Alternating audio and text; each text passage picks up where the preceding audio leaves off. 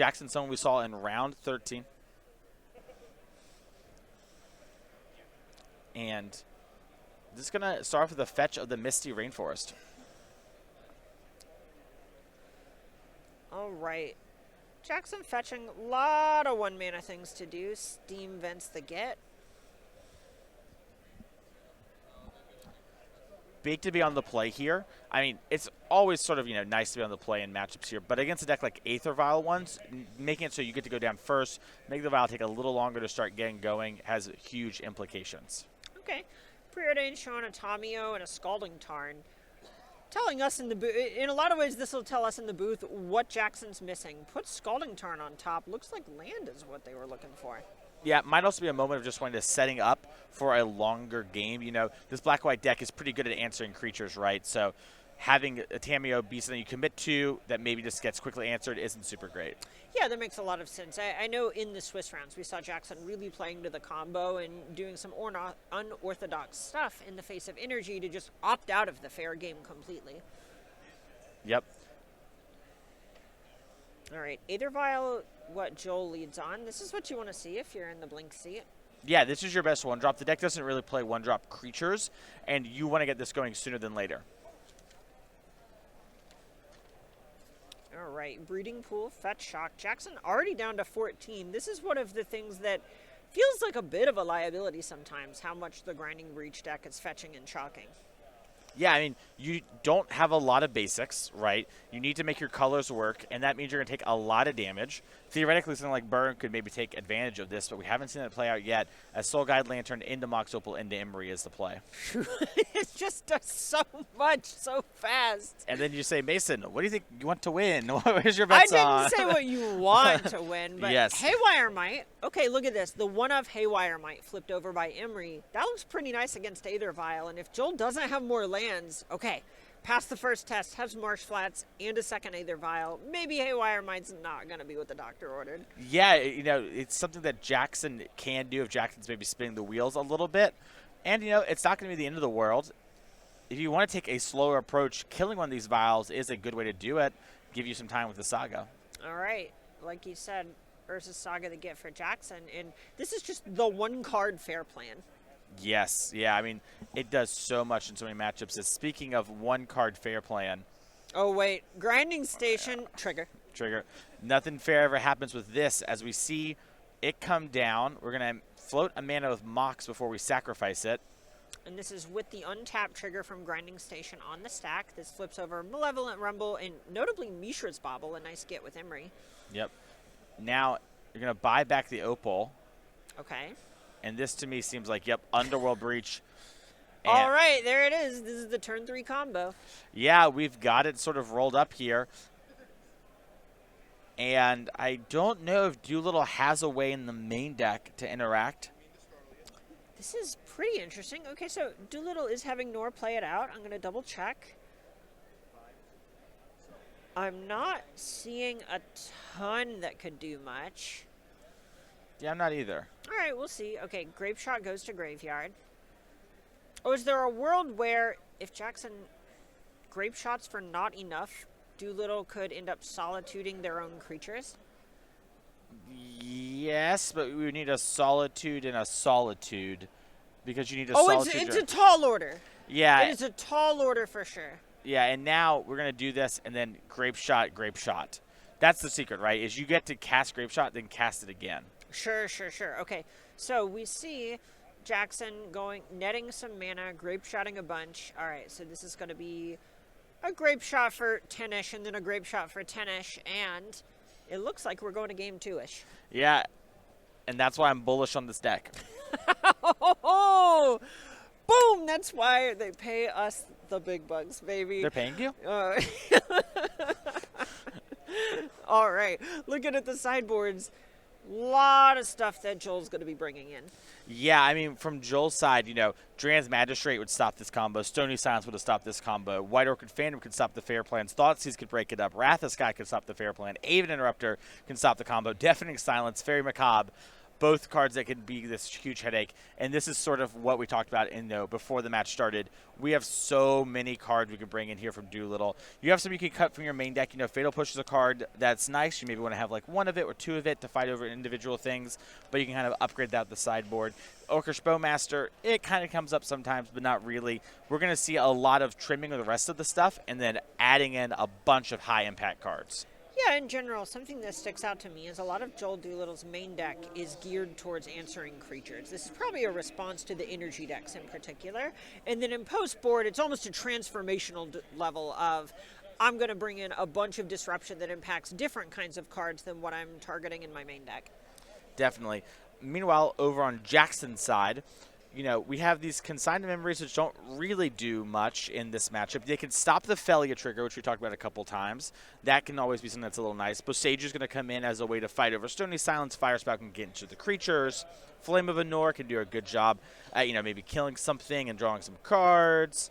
We like Jace, How do you feel about Kappa Cannoneer, Carmen? I do like it enough against Wrath of the Skies. I think it can be a little bit tough against some draws that Joel can present. But Kappa Cannoneer does pretty nicely dodge a lot of this hate, right? Stony Silence, not very good against it. Wrath of the Skies takes 1,000,000 mana or 1,000,000 energy to actually get it off the table. And it's really hard to target with spot removal. Yeah, I imagine Bolt's going to come in to clean the answer to Magistrate. Also, backup win condition, technically. You can see some of what happened that game, and then Bolt, right? That can happen. And then Ren 6, one of the more slept-on cards in Modern.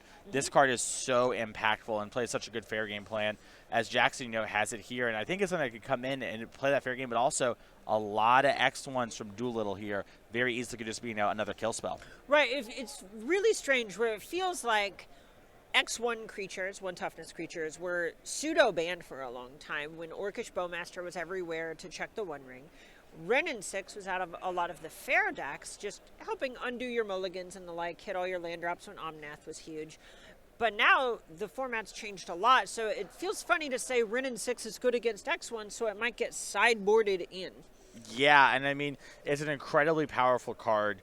And I imagine, it's been a lot of the big reason that Jackson been able to play these more controlling games, hit a bunch of land drops, pick up the Bosages over and over again. And Bosaju plus Ren 6 is a great way to fight through multiple Stony Silences, which can be a huge issue for lots of decks. All right, and if you like what you're seeing here and you want to get involved in a regional championship, we're going to be going to Hartford in May. Yeah, that's going to be May 16th through the 18th. It's going to be standard. It's going to be a lot of fun. I can't wait to see what comes out of that. Standard's been a really great place recently, and I'm excited to play it. Hartford, one of those sleeper cities, too, I think. I've only been there a couple of times, but I've really liked the food every time I've gone. Yeah, I think people sleep everywhere, but I like what you're saying there.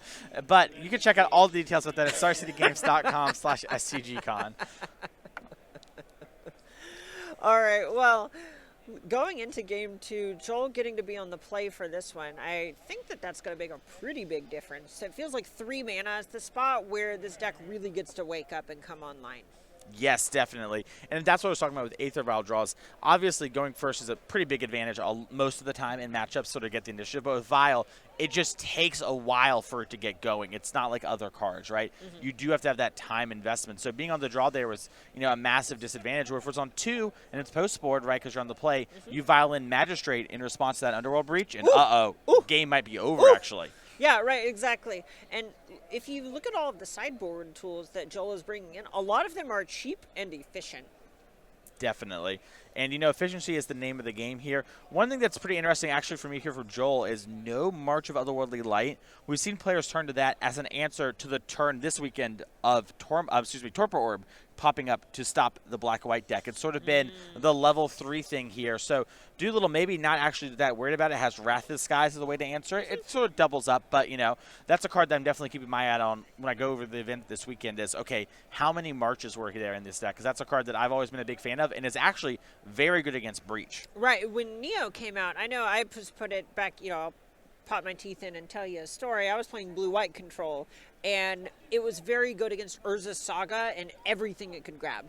Definitely. And, that's a big part of the grinding Breach game here. And also really good just the creatures, right? Mm-hmm. Just picking off things like Tamiyo. And I'm really excited to see how this deck evolves as well with the release of Aether Drift this weekend. Mm-hmm. All right, so it looks like Joel is mulliganing. Something like on Jackson's side in particular is just how good this Grinding Breach deck is, and their list in particular at threat diversification. We've talked about Wrenn and 6 a little bit, but that card and Kappa Cannoneer and Jace is not too shabby of a card advantage engine. A lot of those cards are really strong in the face of Wrath of the Skies. It's almost like the level 3 adaptation of the archetypes. It's not surprising to me that Jackson's found a lot of success on the weekend. Yeah, it seems like Jackson feels very comfortable and good about the plans that they're enacting this weekend, and feels very much like, I know what I'm doing. And you don't see sideboards and deck configurations like this without sort of being like, okay, I feel a certain way about certain things. I'm going to execute on that. All right. Looks like everyone has hands they like, and Joel has a Marsh Flats and a pass. Hedge Maze from Jackson. Likes what they see. Gonna go to the back street for Doolittle, maybe get the goods. Backstreet's back. All right. All right, all right, all right. I was saying all right to it. What are you referring to? Oh, sorry. I know I'm a little bit older than you. Back in the 90s, there was this group. Sorry, it was a you had to be there sort of thing. Oprah situation. Yeah. She was big back then. Yeah. All right. So much to do, so much to see. Surveil off shadowy backstreet. Another leaving it on top. Joel with another March Flash immediately kicks it for Draneth Magistrate. Yeah, and this is a card that we see 3 of in Doolittle's sideboard. As I just realized, Not a full text planes. I was such a Doolittle fan for so long, and then so quickly it evaporates. But no, Wow. jokes aside, this Draneth Magistrate is a huge player, and this is something that, is pretty loud to me because you can't tutor this off Recruiter of the Guard, right? That's something that is normally a pretty big premium, but this matters so much in matchups like this that we're just going to play 3, hope to get them and get them down early, and this is going to make it so Jackson can't use Underworld Breach. All right, well, a fetch and a shock from Jackson to get Steam Vents. Into Mox Amber, probably going to see a legendary creature follow it up. Here's Tomio. Yeah, maybe a Malevolent Rumble after that. Would be a pretty powerful, and Oh, yeah. Get Storm mumbling. Count 3. I was joking about the Storm Count a little bit, but with this Opal Carbon and the Scion, all right, I was going to say we could have maybe seen something like Grape Shot kill the Magistrate. All right, it looks like they're going to take Underworld Breach, and do you think Jackson wants to combo? I think he does.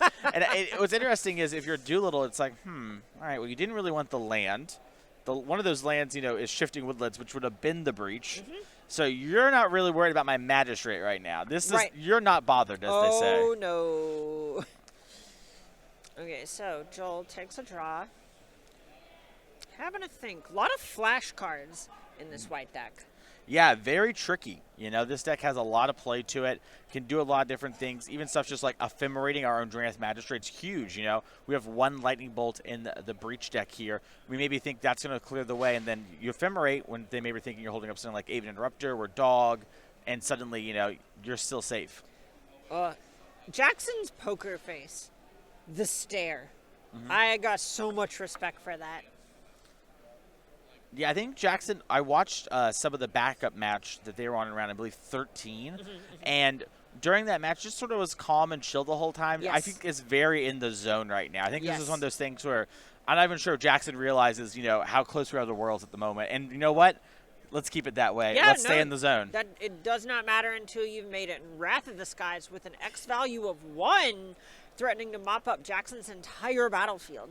Yeah, and I mean, this is just going to be very strong, undo all that work that we saw Jackson get done, and now an attack for 1. And this is just the strength of Joel's sideboard on full display. Untapping a draw from Jackson. A lot of work getting done real quick. Yeah, and normally a card like Underworld Breach, if this had been like a Felia, we would just have a refill board, right? But because of this Draneth Magistrate, we're not going to be able to do that. Ooh, okay, so here's Mox Amber to reduce Imri's cost. Imri not able to cast anything, though, because of Draneth Magistrate. Yep. Now, we did put a grinding station in the graveyard. That means once we solve this Rand's Magistrate problem, if there's something else in the way, we can go for it with the Breach in our hand. All right, so there is another land from Jackson and a pass back. Joel takes a draw. You know, we haven't seen a lot of Recruiter of the Guard this weekend when you and I at least have been in the booth watching this deck. I'm starting to wonder if maybe players are trimming down on it a little bit. I kind of like that in a lot of ways because I think once you have streamlined your deck more into a more consistent shape, you're not getting as much from the tutoring. So having a 3-mana 1/1 probably is not what Joel's trying to do as much here. The thing I feel like that they're really missing is pressure. Well, you know what? Overlord the Bailmerk takes a little bit, but eventually does become pressure, as Felia is one of the hits that I think maybe one of the only few hits. And Recruiter of the Guard. This is why we're in the booth, buddy. Yeah, I mean, listen, I said maybe we went down on it. You're the one who committed. There I was trying to yes and my good friend and contemporary, Mason Clark. Stay frosty out there. It's always your own. All right, in step, Overlord of the Bailmerk down to 4. Jackson going ahead and fetching. Feeling a Thundering Falls coming on. That is normally what would happen here. I wonder if we have something like Jackson Nature's doesn't Plant. actually have the Thundering Nor. It might just be a tapped breeding pool. It is. I do like this. I've been kind of harping on, there's a lot of Surveil lands. They're obviously very strong. But having a lot of tap lands in your deck where you are trying to execute the combo and sometimes needing these untapped sources specifically, it is a real cost. And even though the Surveil lands are really good, I think playing one is totally reasonable and not like, illegal like some might say. You don't have to have the second one. Sure, that totally makes sense. I know that's one of the things that Modern still hasn't quite figured out as a format is the number of Surveil lands, 1 or 2, or it can be 3 for something like Living End, but the 1 versus 2 fight is pretty real. Yep. Jackson's taking a second to think about how am I going to get out of this situation. If I have a Bolt, I could answer this Magistrate and maybe start replaying some of these cards from my graveyard and maybe even combo this turn, but we do have to draw one of the things that can get us out of here. All right, so Mox Amber and Island teaming up with Steam Vents. Okay, this looks like I Flame take of it all Anor. back.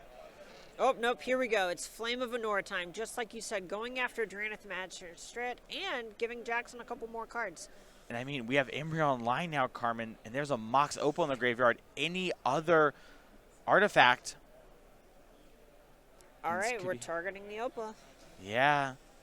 Doolittle has the Fairy Macabre. Okay, we're going to get rid of the Opal that was targeted at least and something else. Grinding Station. All Makes right. a lot of sense. Like this play a lot. Don't let Jackson get any mana. Even if Jackson didn't go for the combo this turn, maybe you'd want to wait, feel like you get a little extra.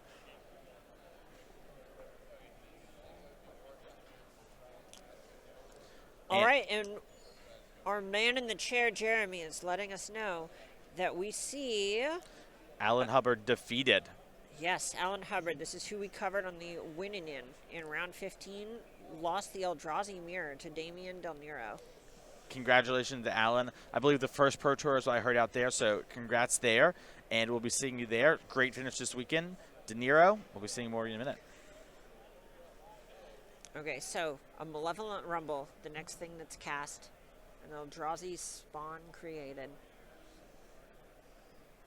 Some fuel hits the graveyard. Ooh, including Stomping Ground. All of a sudden, Low on red. yeah, only 1 red source left. And we'll see players, there's differing opinions on White Orchid Phantom in this matchup, but also I see at least one kept in because of its ability to fight over Urza Saga Yes, games. yes. Which means this Steam Vents could potentially get got, and then it would be an all-in on Opal when it comes to red mana, which it does a great job of, don't get us wrong. Sure. But sometimes you need double red turns. And at this point, we did see it get Fairy Macabre, and Jackson is a bit shallow on artifacts. Looks like we have a Flicker Wisp. Okay, we're going to flicker this Overlord, and we're going to try and get this game over with ASAP and hope that Jackson can't kill us on this next turn. Grinding Station in hand for Jackson. All right, this is pressure. This is what Joel needs. If you have run out of ways to actually disrupt the combo, you know Jackson's going to go for it. We've seen him do it all weekend. The question is, will Fairy Macabre come back to hand to be it's light? gotta. It's gotta. This is great. Yeah, but does it even stop what's going on? Do you need to take a position of, I have to try to win? I don't know. It's such a hard spot. It is. It is. This is so tough. If I were wanting to learn the Orzhov Blink deck, I think I would go back and watch all of Joel's matches on the weekend. And we have a lot of them. Yes. We Yes. have Very, a lot very of them. impressive sequencing and play. Lots of positioning I really liked. Yeah, almost a heartbreaking weekend here for Doolittle. Lots of spots where it was like, okay, if I win, I get to draw. Okay, well, all right, if I win, okay, I got to play it out this match. Okay, I got it. All right, I'm in. Did not take the Fairy Macabre. Did not get a good look at what card was grabbed instead. Emery is going to start off by targeting that Mox Opal. Here's Opal. We know there's only one Macabre in the deck. Oh, no. We know the breach is in hand. Yeah, it looks like we're using the Amber cast here. Okay, here's breach. Yep. Time for a lot of looks. And here's Station. Station is exiled for now. I think there's one in Jackson's hand. Oh, no. We're flashing back Malevolent Rumble first. Okay. Maybe I was mistaken. Maybe I saw a different artifact. Totally possible.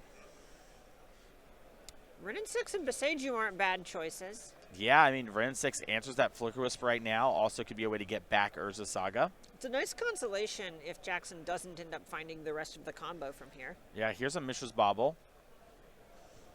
Yeah, and there's a Grinding Station. Okay, yep, you're totally right. Okay, here's the Grinding Station. There's the hand from Joel, and Jackson Knorr is now going to advance